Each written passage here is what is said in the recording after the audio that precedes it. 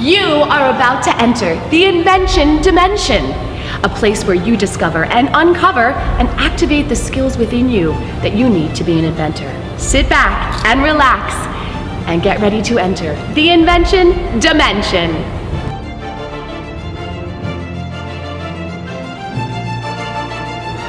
Welcome to Invention League's Invention Dimension.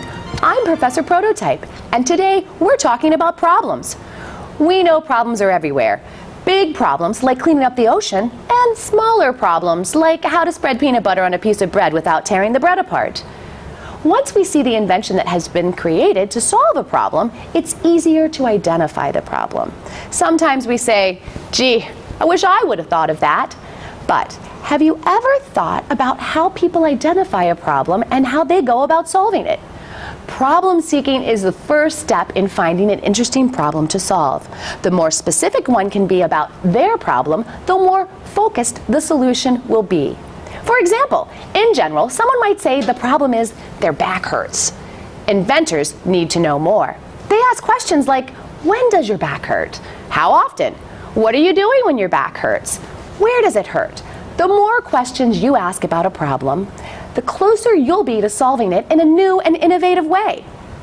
Throughout history, inventors have been motivated to create because they want to help others and improve their lives. And they need to solve a problem often, either by building a prototype or starting a business.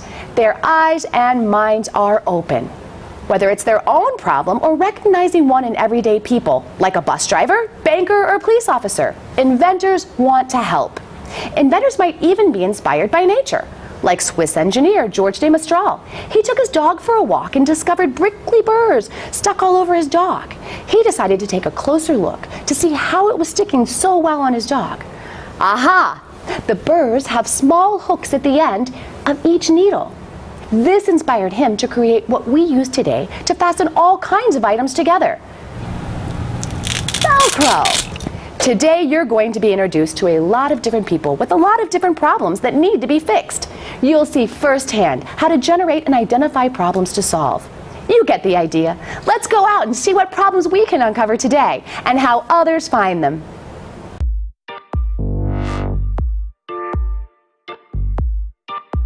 My problem is that when I wash my socks, I can't get them white enough. My problem is that I get headaches when I use ponytails. My problem is my phone falling through the seats when I'm trying to drive. My fresh produce goes bad in my refrigerator. An everyday problem that I see is burning my toast every day. There are many students that do not have internet connectivity at home. My problem is I slouch when I hurt my back. My problem is my skin gets irritated when I wear some jewelry. We've just heard lots of different problems from lots of different people, and that's exactly what inventors do. They solve problems with inventions. Let's go meet some inventors and learn about how they solve problems and how they go about doing it. Come on, let's go. So I went to a lot of events, and there's a lot of times where you have an audience that's trying to interact with the presenter, and you usually have to have somebody that runs around with a handheld microphone, or you have that one up in the spotlight that you got to be brave enough to use. So this is just a more engaging, interactive way to do it. My grandpa was over a long time ago. He was in a wheelchair, and so it was really hard to get him up the front steps. So we came up with the idea of something that would convert into a ramp. I was 6 years old when I invented Bear in the Chair. And my problem was Elf on the Shelf is good for 2 or 3 weeks during Christmas time, but I wanted people to know that I'm good all year round. Oftentimes when we're seeking solutions for problems to solve, we start with what we know. So go into the marketplace and look for products that might need improving. Is there a game console that you use that you think I could make that better? Or maybe it's a product that mom and dad used that I could find a better solution for. As designers, we're often cursed with this ability to walk into our local big box store, to buy whatever, and you're looking at the products on the shelf and immediately you're thinking, I could design that better. I wouldn't have made that choice about a handle. I would have chosen a different color. I would have put the on-off button in a different location. These are those skills that you're slowly refining, trying to get to the point where you can begin to make those decisions in the right manner. When I am presented with a problem, what I'll actually do is I'll think about it, we'll think about it and think about it. My problem-seeking process has developed, and I actually talked about this when I presented at the Student Merit Awards, that it was one of the first moments in which I really started to see the world as a designer. I walked into the pet store and I was looking at the time for a junior project because we all had to come up with our own housewares project of some sort. And so I walked in the pet store, I saw the hamster cages, and I swear they were just begging to be redesigned because they were terrible. They needed to be changed. There were so many issues with it. And so that ended up being my junior project for my one class, was redesigning a hamster home. And it was nothing that I had ever imagined possibly solving, but now as I walk around day to day, I just see things where I'm like, oh, that's really great, designer. Oh wow, this could be so much improved in this way, or this way, or this way. But the other interesting thing about the problem-seeking process is that there's so many different ways to go about it too, because you could look at designing for a specific niche market and solving a problem that will only really help a specific segment of people, or you could try to go something where this is just better design for everyone. And there's pros and cons to both processes, but it's really fun once you start noticing things.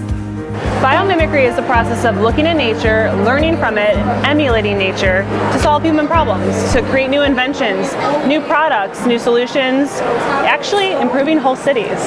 It's really exciting and an awesome tool for young inventors because often they overlook nature. They'll walk through a forest, they'll see pine cones, or they'll see other things, and they don't realize that they can learn from these natural processes, these natural functions.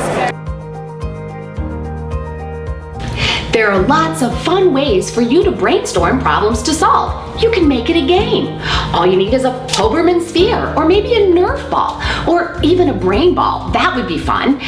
And the way you play is to toss the ball around the room. The first person to catch it says the very first problem that comes to mind. There is no problem too big or too small or too silly. This is a brainstorming activity. So you say the first thing you think about, and then you toss the ball to someone else. It's fun and easy to play. It's time for you to put on your thinking cap and think about what problem you'll solve with Invention.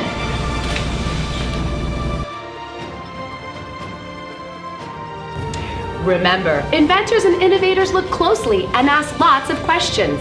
They always pay attention to the world around them. They challenge the way things exist, and they look outside of the box for solutions.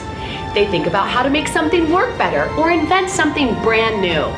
Problems are everywhere. Start problem seeking today to activate your problem-solving skills. See you next time on the next episode of Invention Dimension.